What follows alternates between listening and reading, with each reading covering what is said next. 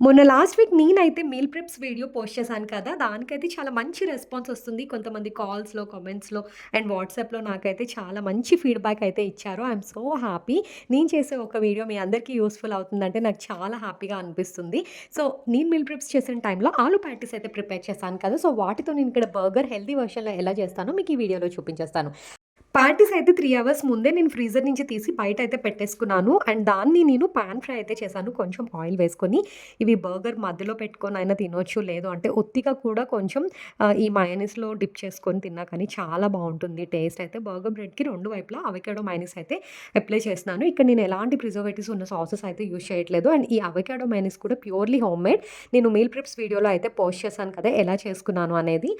And అంతే కాకుండా మనం యూజువల్లీ బర్గర్ బయట కొనుక్కోవాలంటే చాలా కాస్ట్‌లీ ఉంటుంది. అండ్ అంత హైజెనిక్‌గా ఉండదు. అండ్ ప్రిజర్వేటివ్స్ యాడ్ చేసిన సాసెస్ కూడా యాడ్ చేస్తారు కదా! ఇలా మనం ప్యాటీస్ పెట్టుకొని చేసుకుంటే చాలా బర్గర్స్ అయిపోతాయి. అండ్ అది కూడా తక్కువ కాస్ట్‌లో అయిపోతుంది.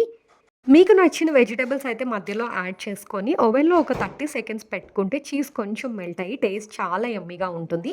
మా కిడ్స్‌కైతే సేమ్ బయట కొన్న బర్గర్ లానే నచ్చిందంట. చాలా బావుంది అనైతే చెప్పారు. పాపం వాళ్ళకి తెలీదు నేను అందులో సాసెస్ ఏమి యాడ్ చేయలేదని చెప్పి. వాళ్ళిద్దరికీ ఇచ్చేసిన తర్వాత నేను, రాధా కూడా చెరొకొక బర్గర్ తీసుకొని ఎంజాయ్ చేస్తూ తినేసాం. ఈ వీడియో మీకు నచ్చితే ప్లీజ్ డూ సబ్స్క్రైబ్.